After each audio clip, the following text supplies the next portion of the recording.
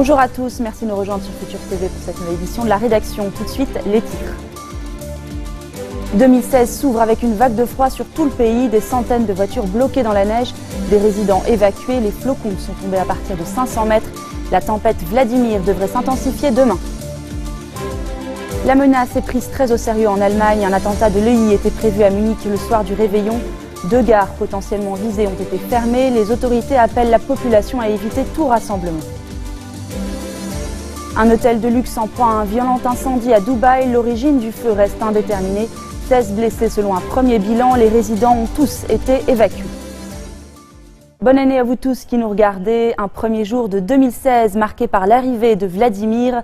Cette tempête nous arrive de Russie. Une vague de froid qui s'est emparée de tout l'est du bassin méditerranéen, dont le Liban. La neige s'est invitée dans plusieurs régions. Plus de 700 voitures ont été bloquées entre Eitou et Erden. Comme vous le voyez, les FSI et les agents municipaux se sont mobilisés pour dégager des véhicules et les évacuer les habitants pris au piège par la neige à plusieurs endroits.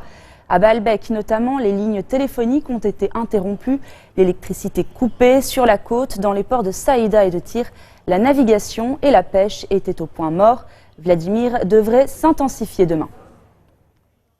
La traditionnelle messe du Nouvel An à Abkerké, présidée par le patriarche Pshara-Rei, c'était ce matin au siège du patriarcat maronite.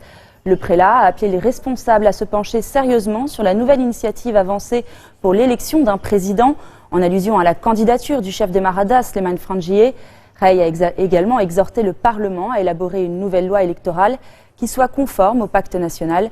Selon lui, le gouvernement doit assumer ses responsabilités en conformité avec la Constitution, notamment au niveau de la question des réfugiés syriens. Après la messe, des délégations officielles et populaires ont présenté à Pshara-Rei leurs vœux pour la nouvelle année. Comment a-t-on franchi le cap de la nouvelle année dans les autres pays du monde? En dépit des menaces d'attentats, des millions de personnes sont descendues dans les rues un peu partout pour marquer le passage à 2016.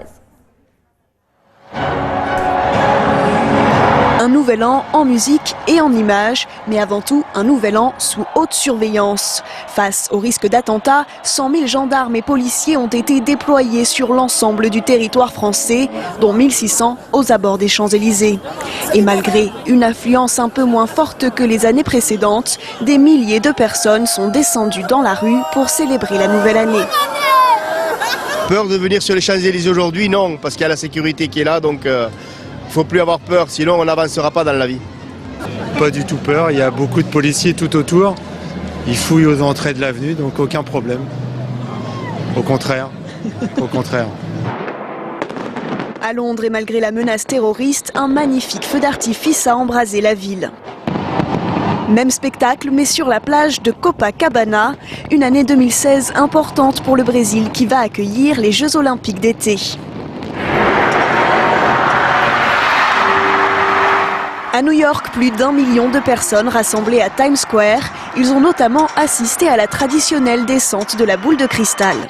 En Égypte, les pyramides se sont parées de lumière pour l'occasion. Mais le Nouvel An se célèbre jusque dans l'espace.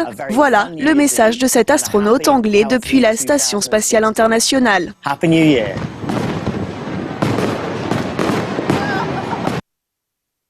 Faisons de 2016 une année de vaillance et d'espérance. Déclaration de François Hollande. Le président français a présenté ses vœux à la télévision hier soir. Une allocution empreinte de gravité alors que le pays fait face depuis un an à une menace terroriste historique. On l'écoute. Nous n'en avons pas terminé avec le terrorisme. La menace, elle est toujours là. Elle reste même à son plus haut niveau. Nous déjouons régulièrement des attentats. Aussi, mon premier devoir, c'est de vous protéger. Vous protéger, c'est agir à la racine du mal, en Syrie, en Irak. Et c'est pourquoi nous avons intensifié nos frappes contre Daesh. Les coups portent, les djihadistes reculent, alors nous continuerons autant que nécessaire. Et les célébrations du Nouvel An se sont déroulées sous très haute surveillance. En effet, le risque d'attentat est élevé dans plusieurs pays. Pas plus tard que ce matin, l'Allemagne a fait état d'un projet d'attentat par l'organisation État islamique à Munich.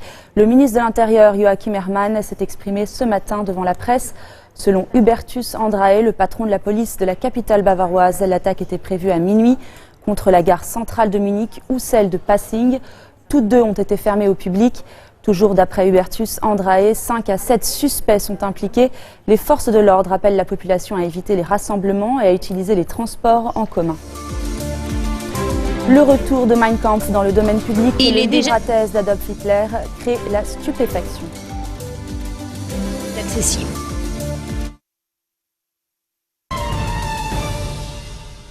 Direction Dubaï, où un impressionnant incendie a ravagé un hôtel de luxe. Les flammes se sont propagées dans un gratte-ciel près du Burj Khalifa, au centre-ville. L'origine du feu reste indéterminée.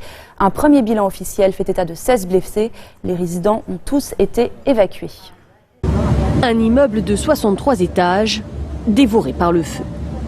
L'incendie s'est déclenché dans cet hôtel situé en plein centre-ville de Dubaï, à quelques pas du célèbre Burj Khalifa, le plus haut gratte-ciel du monde. Le bâtiment est un hôtel de luxe de 800 chambres. Il affichait complet en ce soir du Nouvel An. Les pensionnaires, toujours en état de choc, racontent comment ils ont été pris par surprise. Ma petite fille est allée sur le balcon, elle est revenue et nous a dit « Maman, il y a un autre feu d'artifice ». C'est là que nous avons réalisé que le balcon était en feu. Nous étions au 17e étage. Dès que nous avons compris ce qui était en train de se passer, nous nous sommes enfuis. Quelques rues plus loin, les milliers de personnes venues voir le feu d'artifice organisé pour le 31 décembre ont eux aussi assisté à la catastrophe. Nous attendions que le feu d'artifice démarre et près de l'hôtel il y avait cette lumière orange. Nous pensions que c'était les derniers préparatifs, mais c'est devenu de plus en plus grand. Il y avait de la fumée. Nous avons commencé à enregistrer la scène avec nos portables et c'est là que nous avons réalisé qu'il s'agissait d'un incendie. Selon les autorités, tous les résidents ont réussi à être évacués à temps. Aucune victime n'est à déplorer, mais l'incendie qui s'est déclaré au 20e étage aurait fait plus d'une dizaine de blessés. Nouvelle offensive de l'armée syrienne au Golan. Objectif du régime, reprendre des zones rebelles dans la province de Quneitra. L'état-major syrien a annoncé s'être emparé du village de Samadania al-Rabiya, proche de la frontière israélienne. Mais selon les insurgés, les combats se poursuivaient. Épaulés par différentes milices, dont le Hezbollah, l'armée syrienne aurait ensuite lancé l'assaut sur Hamadiyeh, une ville stratégique tenue depuis 2 ans par les insurgés. La nouvelle en a foudroyé plus d'un. Mein Kampf, le livre à thèse d'Adolf Hitler, tombe dans le domaine public. La réédition du brûlot antisémite pose de sérieuses questions. Beaucoup jugent dangereuse la diffusion de ce livre. D'autres pensent au contraire qu'en interdire la publication serait contre-productif. Il est déjà disponible en 2 clics sur Internet, mais désormais c'est en librairie qu'il est accessible. Mein Kampf, le seul ouvrage jamais écrit par Adolf Hitler, entre dans le domaine public. Car en vertu de la législation sur le droit d'auteur, une œuvre change de statut 70 ans après la mort de l'écrivain. Or, le dictateur est mort le 30 avril 1945. Pour cette survivante de l'Holocauste, la réédition de l'ouvrage fondateur du Troisième Reich constitue un danger. Je n'ai pas de mots. Je n'avais jamais pensé qu'une telle chose serait de retour. C'est un livre inhumain. Mais ce n'est pas l'avis de tous. Le Land de Bavière a ainsi décidé de prendre les devants et publie une édition un peu spéciale avec 2000 pages de notes et de critiques rédigées par des historiens. Vous pouvez le trouver sur Internet et il y a de plus en plus de traductions. Mais aucune de ces éditions n'est accompagnée d'explications. Et c'est exactement la tâche que nous entreprenons. En France, la maison d'édition Fayard vient d'annoncer une publication similaire, mais pas avant plusieurs mois. Il sera donc possible d'avoir sur sa table de chevet mon combat. Ursula Gauthier a quitté la Chine. Pékin avait décidé d'expulser la correspondante du journal français l'Obs. Les autorités chinoises lui reprochent un article sur la minorité musulmane des Ouïghours. La journaliste y décrit les mesures répressives au Xinjiang. On écoute Ursula Gauthier au micro de France 24. On ne doit pas évincer un journaliste qui a juste fait son travail, qui a juste écrit un article, qui connaît la situation. Je suis allée sur place, j'ai fait des reportages, j'ai rencontré des spécialistes du Xinjiang. On ne doit pas expulser un journaliste qui fait juste son travail. Je vais continuer à écrire sur la Chine, j'ai des reportages que je dois mettre par écrit. Et puis, je vais retrouver ma rédaction à l'Obs. En ce 1er janvier, l'heure est au bilan. L'année 2015 a été la plus chaude jamais enregistrée. Le réchauffement climatique se ressent même jusqu'au pôle Nord. Là-bas, c'est inédit. Des températures comprises entre 0 et 2 degrés Celsius y ont été mesurées cette semaine. Sophie Guignon nous en dit plus. Le constat est clair pour ce météorologiste danois. Le pôle Nord fond à cause de températures inédites. Entre 0 et 2 degrés au 31 décembre. 20 degrés au-dessus des normales de saison. Un record de température en plein hiver jamais atteint depuis 1880. Cet épisode exceptionnel inquiète les scientifiques au long terme.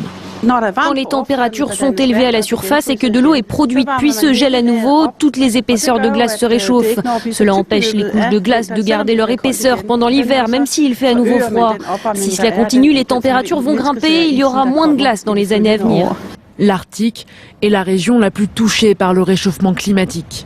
Les températures ont augmenté de 3 degrés au moins par rapport à l'ère pré-industrielle. Depuis 30 ans, la banquise est en recul constant. Voilà, c'est la fin de cette édition. Tout de suite, le rappel des titres. Une vague de froid sur tout le pays inaugure 2016. Des centaines de voitures bloquées dans la neige, des résidents évacués. Les flocons sont tombés à partir de 500 mètres. La tempête Vladimir devrait s'intensifier demain. La menace est prise très au sérieux en Allemagne. Un attentat de l'EI était prévu à Munich le soir du réveillon. 2 gares potentiellement visées ont été fermées. Les autorités appellent la population à éviter tout rassemblement. Un hôtel de luxe en proie à un violent incendie à Dubaï. L'origine du feu reste indéterminée. 16 blessés selon un premier bilan. Les résidents ont tous été évacués. Merci de votre attention. Retrouvez-nous tous les jours à 16h40 heure de Beyrouth. Vous pouvez également nous suivre en ligne sur notre site web ou en téléchargeant notre application mobile. Excellente soirée à toutes et à tous et très bonne année.